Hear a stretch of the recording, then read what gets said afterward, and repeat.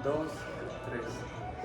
Muy buenas tardes, mi nombre es Matías Ríos y me encuentro con una excelente compañía, Cristóbal Lloret, asambleísta de nuestra República del Ecuador. El día de hoy vamos a tratar un tema cortamente, más bien es un tema bastante amplio, pero lo vamos a tratar brevemente.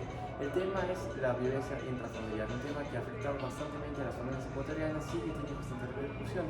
Pero primero, ondemos, usted, Lloret, ¿cómo se encuentra el día de hoy? Gracias, un cordial saludo para ti, Elías, y para tus compañeros, para quienes van a ver quizás este material.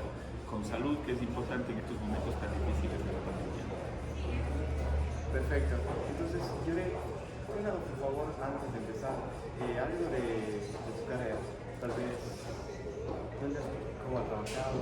Bueno, yo empecé haciendo política desde corta edad, desde los 18 años.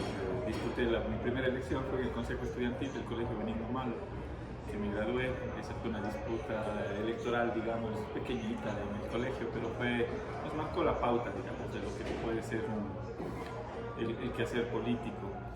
Luego estudié en la Universidad de la SUAY, trabajaba en la mañana y también en la noche, y trabajaba en el día también. Estudié ingeniería comercial, me gradué en la UDA.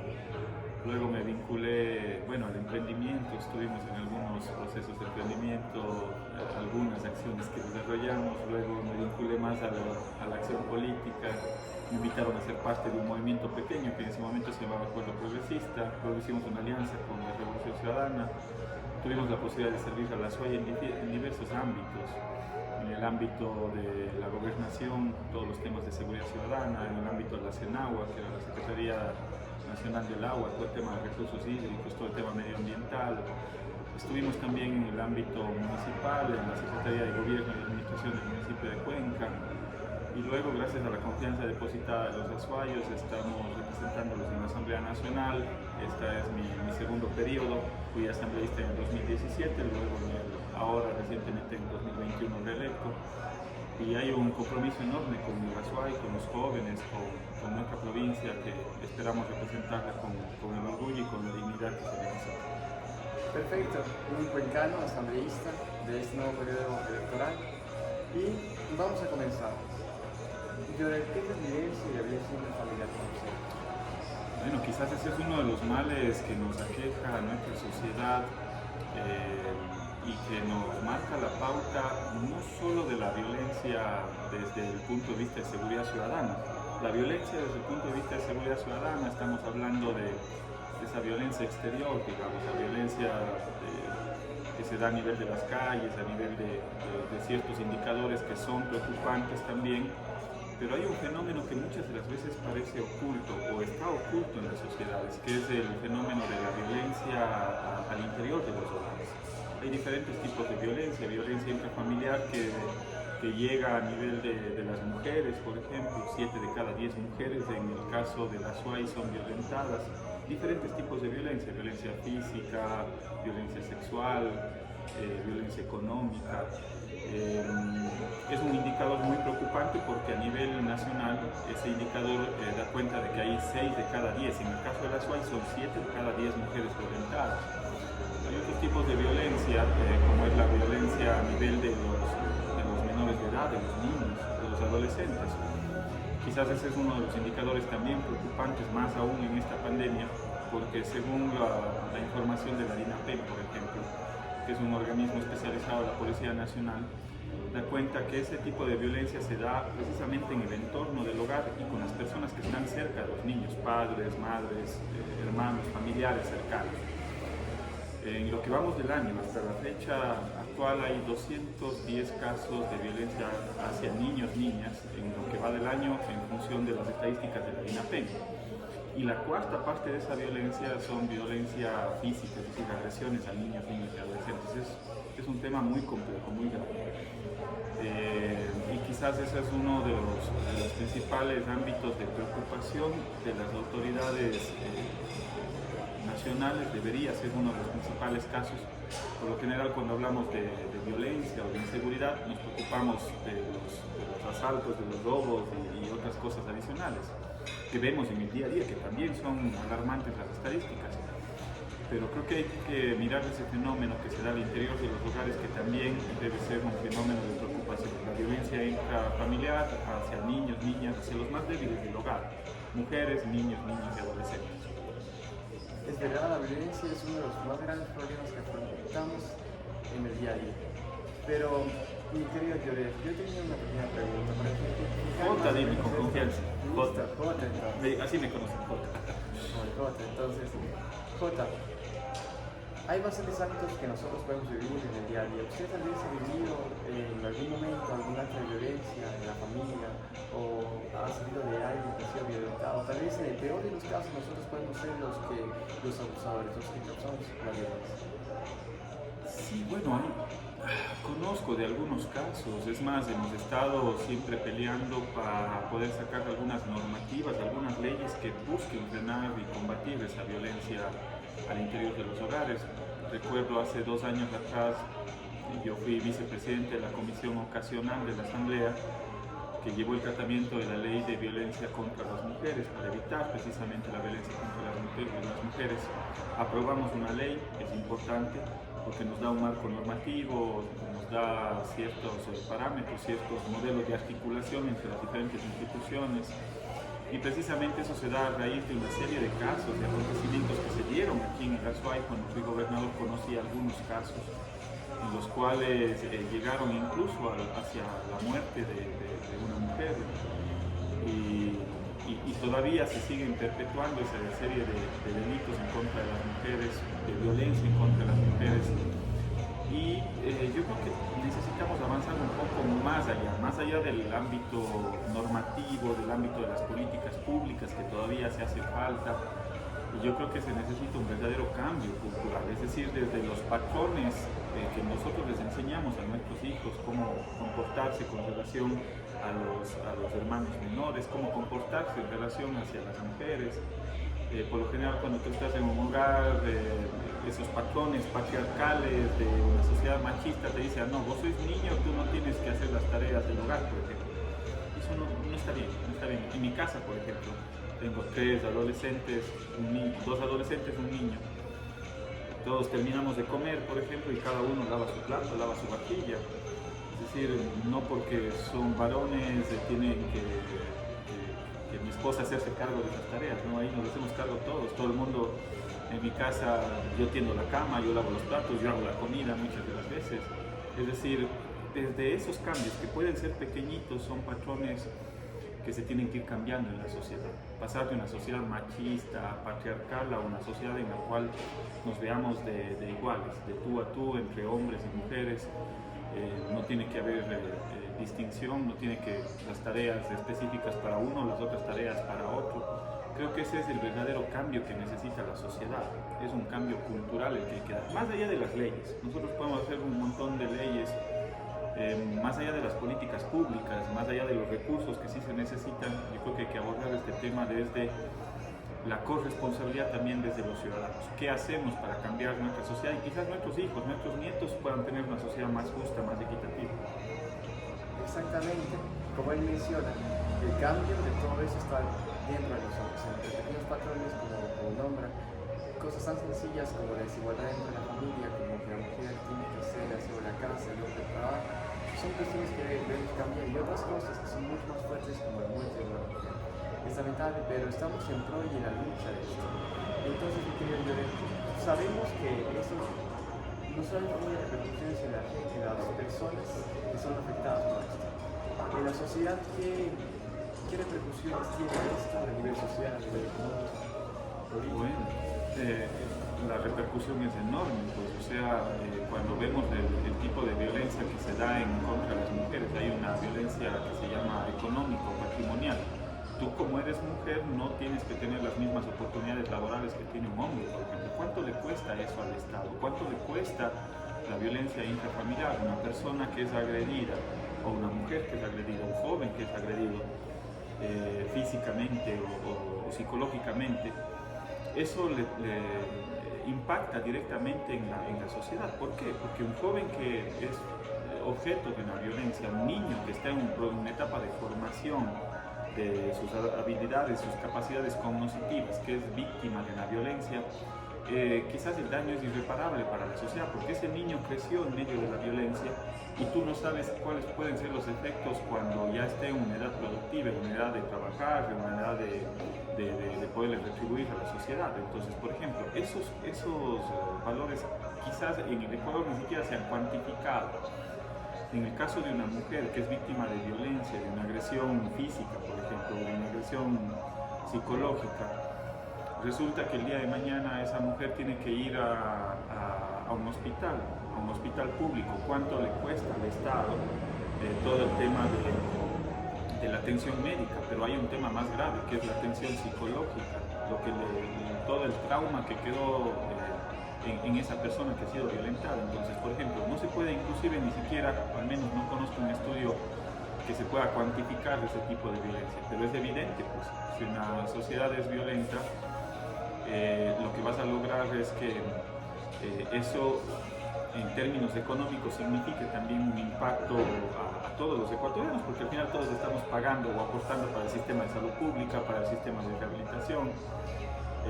Entonces yo creo que el que se pueda prevenir la violencia intrafamiliar, la violencia contra las mujeres, la violencia en contra de los niños, niñas, adolescentes, nos da la pauta de que en el futuro el Ecuador puede ahorrarse muchos recursos económicos en reparar toda esa violencia que se ha dado históricamente.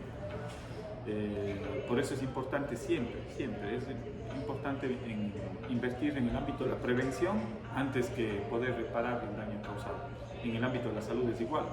Si tú sé que vas a estudiar, o posiblemente puedas estudiar medicina, no hay mejor forma de invertir los recursos que en el ámbito de la medicina preventiva. Es decir, yo tengo 43 años y dice, perfecto, usted ya cumplió 43 años, usted tiene afiliación al Seguro Social. Deberían llamarte del Seguro Social y decirle, vea, usted ya cumplió, J. Lloredi, ya cumplió 43 años, tiene que hacerse este tipo de exámenes, próstata y todo lo demás. ¿Sí? ¿Por qué? Porque estás previniendo algo que te pueda desarrollar en tu cuerpo y que le cueste más al Estado en los próximos 10, 15, 20 años. En todos los ámbitos la prevención siempre te termina costando menos de lo que le tocaría asumir al Estado en el ámbito de reparación. Exacto, la prevención es bastante importante. Ahora hay otro tema, uno de los temas que más se ha debatido, cómo solucionar ese modelo. Durante los años se ha luchado, han habido bastantes reuniones que se han hablado de este tema, se trata de solucionar ese tipo de problemas. Pero son bastantes los aspectos que se deben solucionar, bastantes los detalles que afectan y son causas de esto. Entonces, desde su punto de vista, ¿qué soluciones le daría a jóvenes como nosotros que podemos tratar de implementar en nuestros ciclos, en nuestro grupo social para poder ayudar a este problema?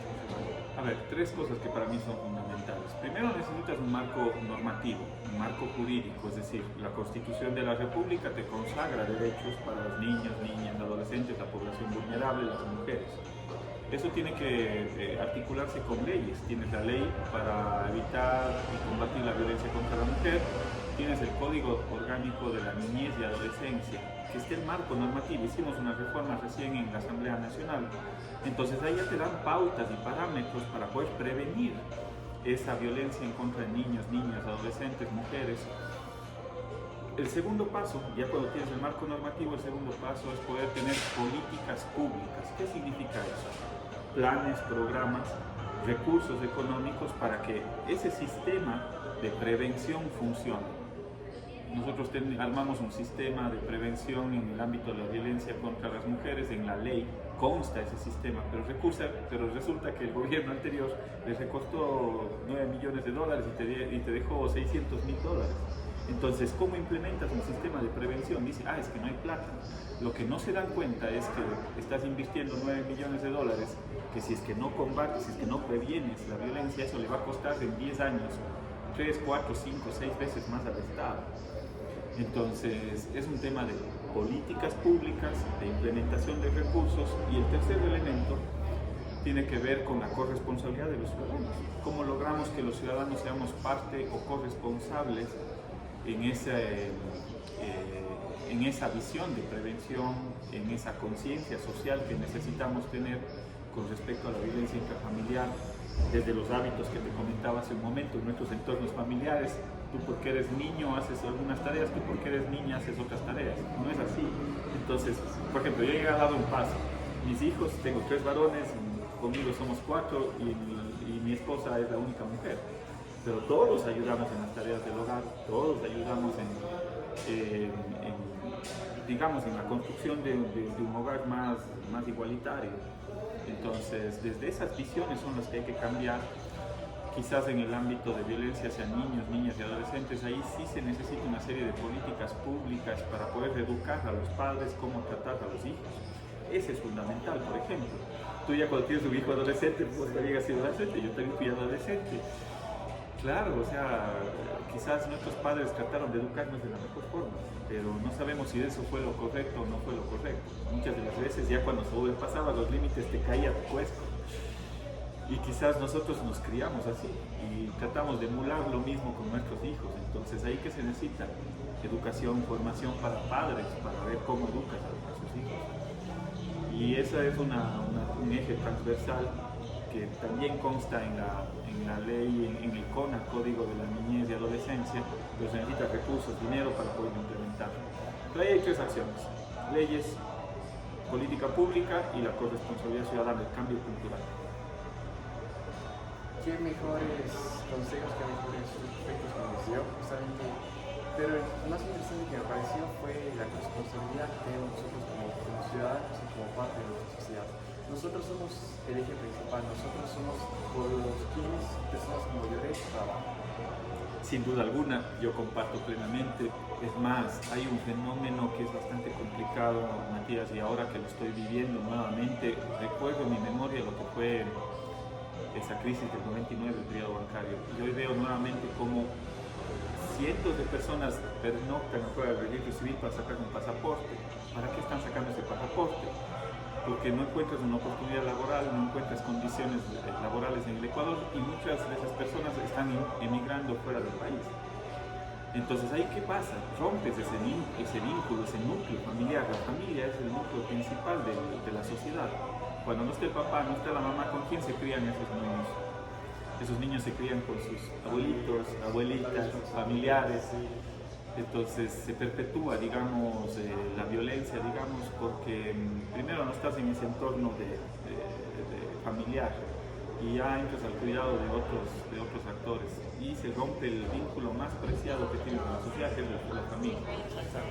Entonces ojalá nuestros mandatarios tengan la luz necesaria en sus mentes para poder orientar y llevar al país en el ámbito de la mejora de esas políticas públicas que nos permitan generar mejores oportunidades para todos. Perfecto. Recuerden que la familia es la célula de la sociedad. Y si es que una célula, una familia no trabaja bien, van a afectar a las demás. Y esto repercute no solamente en nuestro ámbito, en nuestro entorno, sino en nuestro entorno político, social, económico, en bastantes ámbitos que nosotros nos vemos afectados directa o indirectamente. Entonces, muchas gracias, Lloret. Un mensaje final para nosotros, para nuestros televidentes. Queridos amigos, queridos jóvenes, ustedes no son el futuro, son el presente de la patria. Cuando le escuchan a un político hablar, dicen, otra vez este político. No, la política es vocación de servicio, hay de todo, como todos los dedos de la mano, ninguno son iguales. Lo importante es poder hacer las cosas bien y poder formar quizás la capacidad de servir a los demás, y esa es la política. Ustedes están en una edad temprana y hoy tenemos una corresponsabilidad enorme dentro de la sociedad. Los jóvenes tienen que prepararse para asumir los retos de poder en un futuro no muy lejano administrar el país, ser jóvenes productivos en términos de desarrollo, de poder aportar al país y sobre todo con esa visión importante de poder llevar a la sociedad entera hacia buen puerto, hacia un rumbo positivo para el país. Entonces en sus manos está el presente y el futuro de la patria. Les mando un saludo y un abrazo fraterno. Un abrazo muy fuerte y de nosotros está el futuro de la patria. Muchas gracias. Gracias. Gracias.